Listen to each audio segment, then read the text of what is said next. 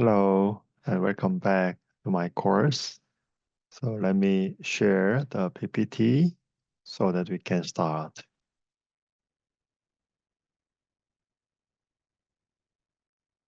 Okay, so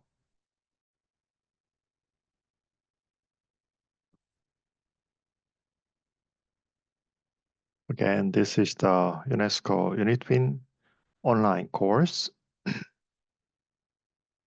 supported by Handong Global University and the Ministry of Education, Korea.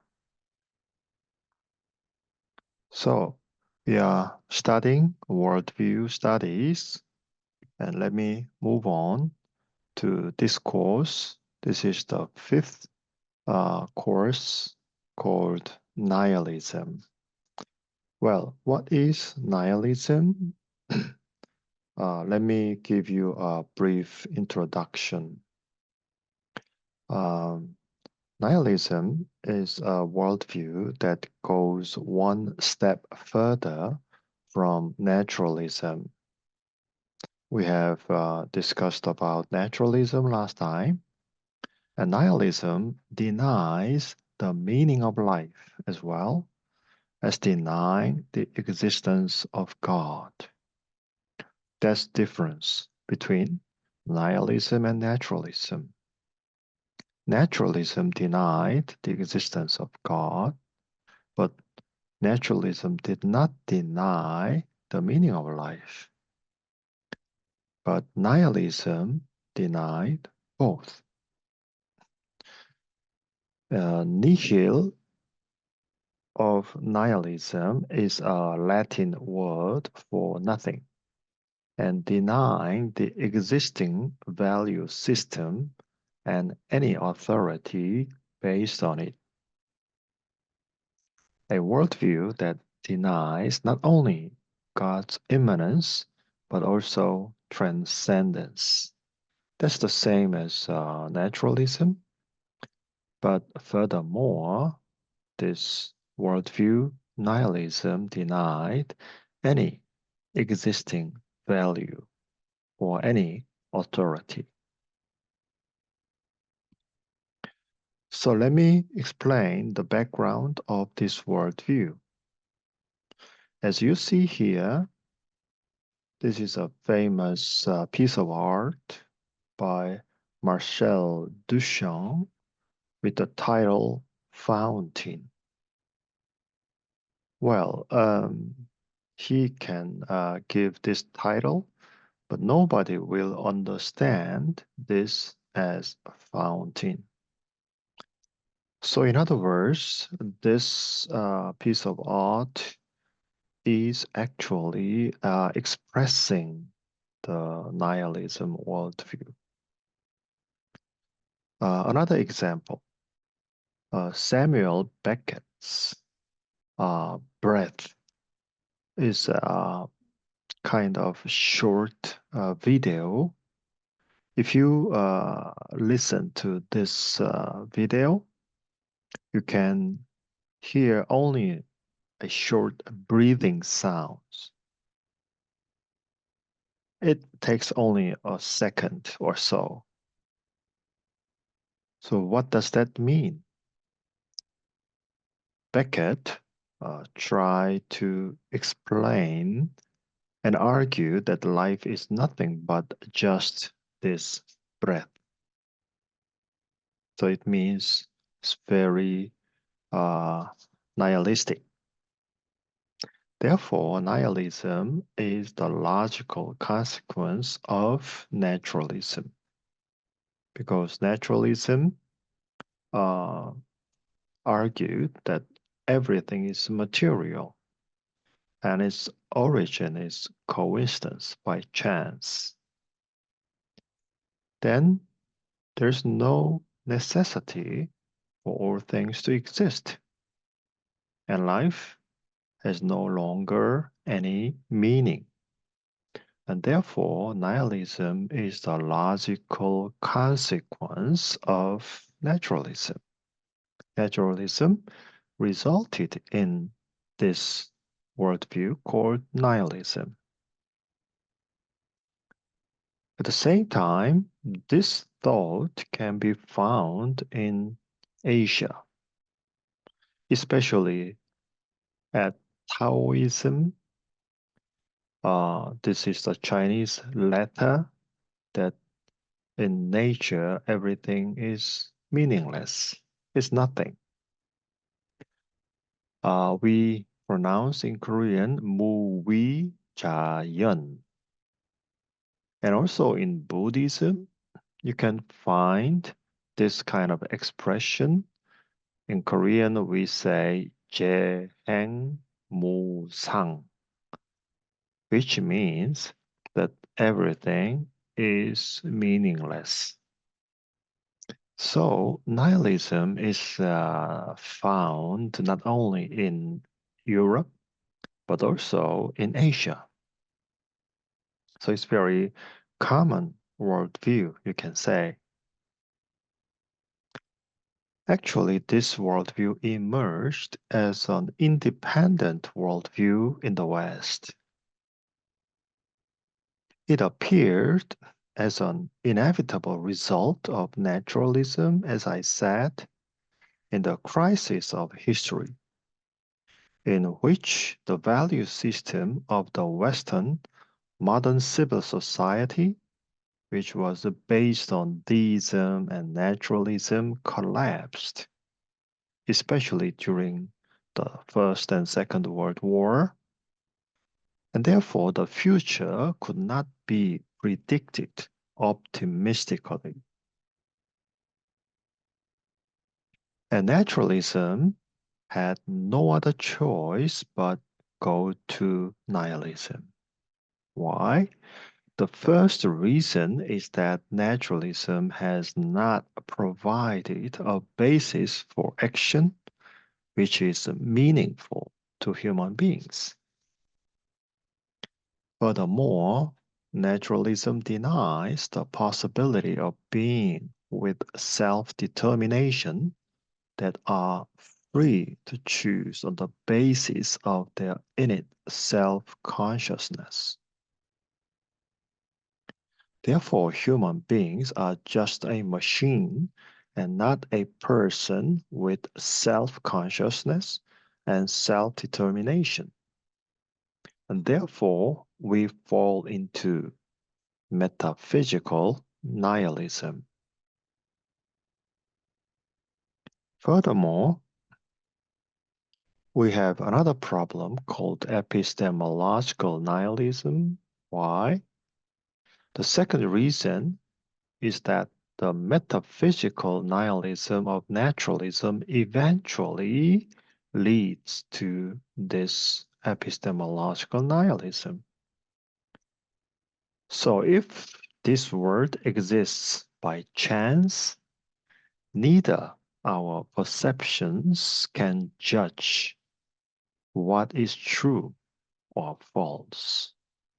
Furthermore, since this can question the existence and reality of the universe itself, naturalism gave birth to this epistemological nihilism. And we have another kind of nihilism called ethical nihilism. Why? The third reason for this is the loss of the basis for true moral judgment. For naturalists, the world is just what exists there. So the standards of ethics must also.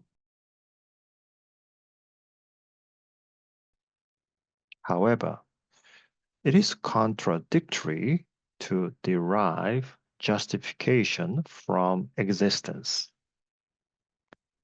because being is very relative, and therefore ethics also becomes a relative situational ethic. Hence, nihilism has no moral value and has no judge. Therefore, we call it ethical nihilism. So we have seen that nihilism has three kinds: metaphysical, epistemological, and ethical nihilism. And these three nihilism lose the meaning of life. Therefore, Schopenhauer, a German philosopher, mentioned this as practical nihilism, which is the same as pessimism. Uh, Feuerbach, another German materialistic thinker, he was a thorough materialist who did not recognize any authority, produced an anarchist, nihilistic worldview. He once said in German, Mensch ist, was ist. In English, man is what he eats. Well, we eat a kind of food, but man cannot be defined by what he or she eats, right? But Feuerbach was a thorough materialist. Therefore, he defined the human being as a eating being.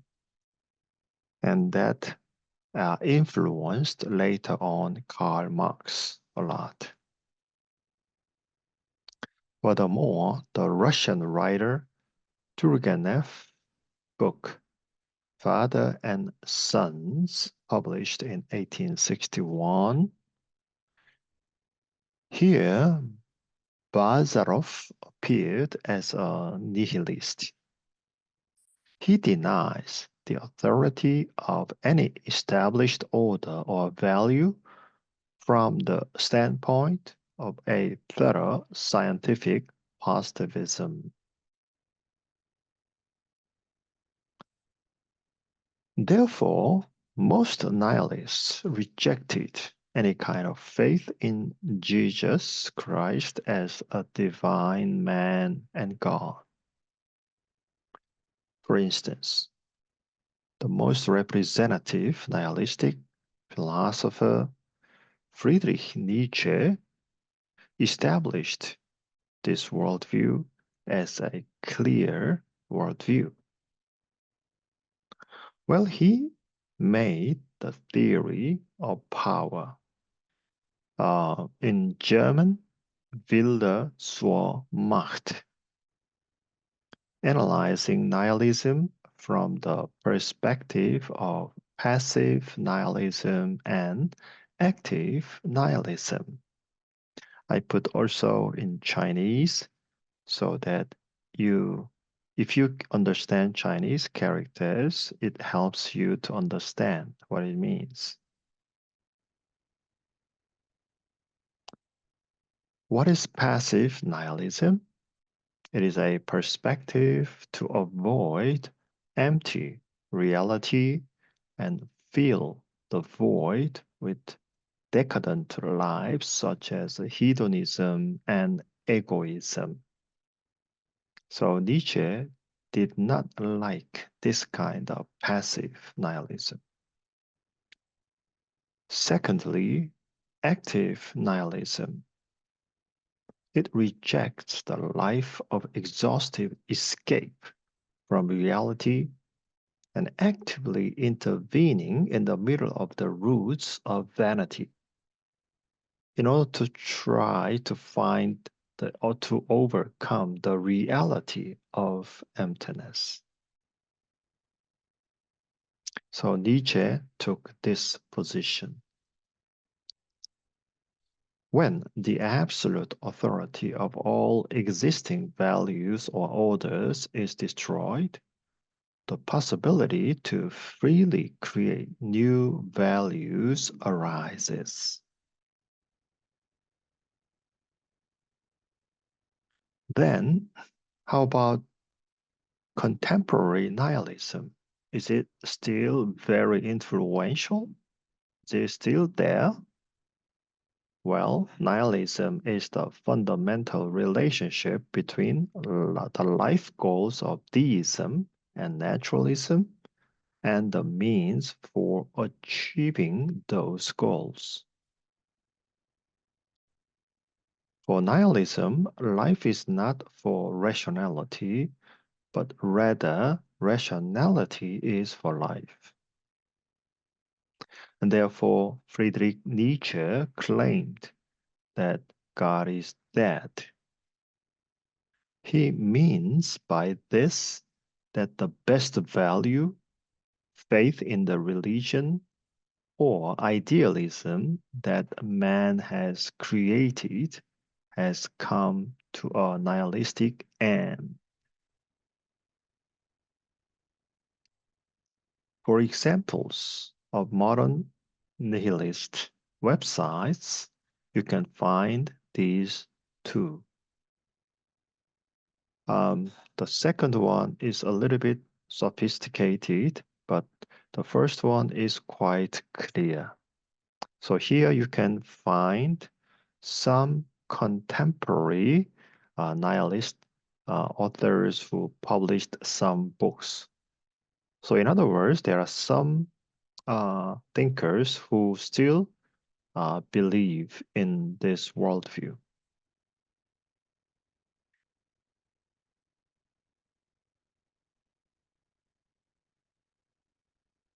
What are the contents of nihilism then? Number one, it argues that genuine prime reality is nothingness, nihil, because everything is coincidence and meaningless. So it denies all metaphysics or theology. Naturalistic atheism gave rise to metaphysical nihilism, and it denies the possibility of free choice or the basis for action that is meaningful to humans. Therefore, Nietzsche declared that God is dead, and James Sire expressed this nihilism as 0 point.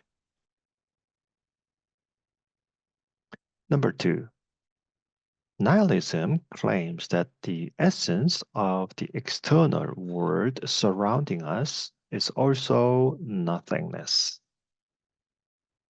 Like naturalism, the universe is a closed system with a coincidence of causality, but the difference is that nihilism sees no meaning in it. Naturalism claims that human consciousness and knowledge is also caused by a physical phenomena through a very complicated procedure. However, to check if this knowledge is really true, we have to be outside of this system, or someone from the outside has to provide information. However, nihilism claims that there is no one outside the world. So this leads to epistemological nihilism. Number three, about human beings. Human beings have no meaning. So both life and death mean nothing. If everything is determined by causality in a closed universe, human freedom is impossible, and humans are only a part of this universe. And the same is true of human consciousness. Human life is not the life that the Creator breathed in the Garden of Eden, but is not more than Beckett's breath. So Nietzsche, who was a thorough nihilist, died in a mental hospital. He spent there for almost 10 years. American novelist Ernest Hemingway, gave up on his own life. He was another nihilist in America. So, number four, about the knowledge. On the basis for human knowledge for nihilist reason, which the naturalist held on to, is again meaningless. This is because if a person exists by chance as a result of an impersonal force, that person cannot know what they know is true or false, right? Therefore, perception itself is denied and becomes impossible. Number five, about the morality. Morality loses its meaning in nihilism as well, because naturalism placed human beings in a system of relative morality. But to know what is valuable, one needs to have a standard to make a right judgment. Okay? However, naturalism does not provide any standard or criteria, so it leads to ethical nihilism. And therefore, Saya expresses nihilism just as an emotion. Another nihilist, Franz Kafka, wrote a novel called The Watchman, where the watchman remains silent when people pass by him. Number six, about the view of history. Human history has no meaning in nihilism either, because history has no purpose in nihilism. Man does not know the origin of the universe, human consciousness, meaning of a moral life, and thus man cannot say anything about the origin of history, what's happening now, and where it is leading to. So that's the first part, and next time I will move on to talk about the strong and weak points of this worldview. Thank you for your attention. I hope it helps you to understand what nihilism is. And we will see you again.